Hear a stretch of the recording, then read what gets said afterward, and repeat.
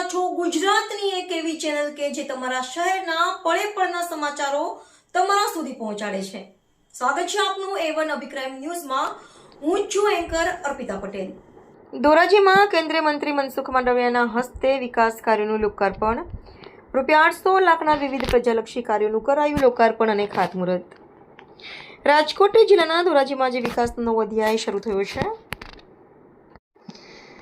ધોરાજી શહેરના town hall ખાતે આજે કેન્દ્રીય શ્રમ રોજગાર અને રમતગમત મંત્રી મનસુખ માંડવિયાની વિશેષ ઉપસ્થિતિમાં ₹800 લાખના વિવિધ વિકાસ કામોનું લોકાર્પણ કરવામાં આવ્યું છે।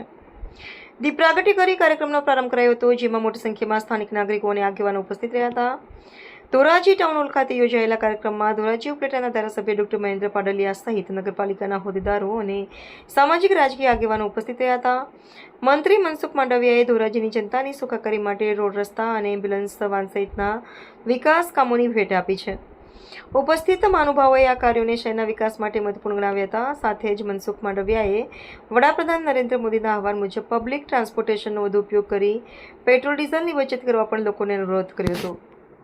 જનતાની સુખાકારી એ અમારી સરકારની હંમેશાની પ્રાથમિકતા રહી છે। ધોરાજી નગરપાલિકાની જનતાની સુખાકારી માટે આજે રોડના ખાતમુહૂર્ત અને લોકાર્પણ સહિતના કામો કરવામાં આવ્યા છે। 20 લાખના ખર્ચે ધોરાજી જનતાની સુવિધા માટે એક એમ્બ્યુલન્સ વાનનું પણ લોકાર્પણ કરવામાં આવ્યું છે। ધોરાજી નગરની સુવિધાઓ અને સગવડતામાં વધારો થાય એના પ્રયાસ રૂપે આ વિકાસ કાર્યનો પ્રારંભ થઈ રહ્યો છે।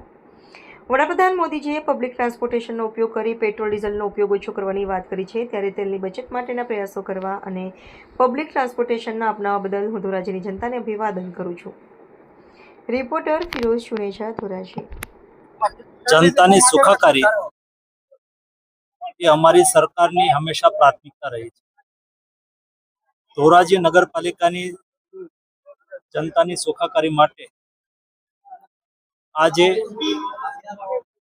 રોડનું શિલાન્યાસ, લોકાર્પણ સહિતના 18 કરોડના કામો લોકાર્પણ અને શિલાન્યાસ કરવામાં આવ્યું છે।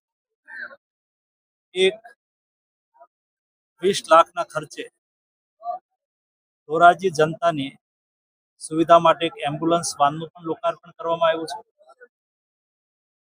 ધોરાજી નગરની સુવિધાઓમાં વધારો થાય, ધોરાજી નગરની જનતાની સગવડતાઓમાં વધારો થાય તેના પ્રયાસ રૂપે વિકાસ કાર્યોનો પ્રારંભ થઈ રહ્યો છે।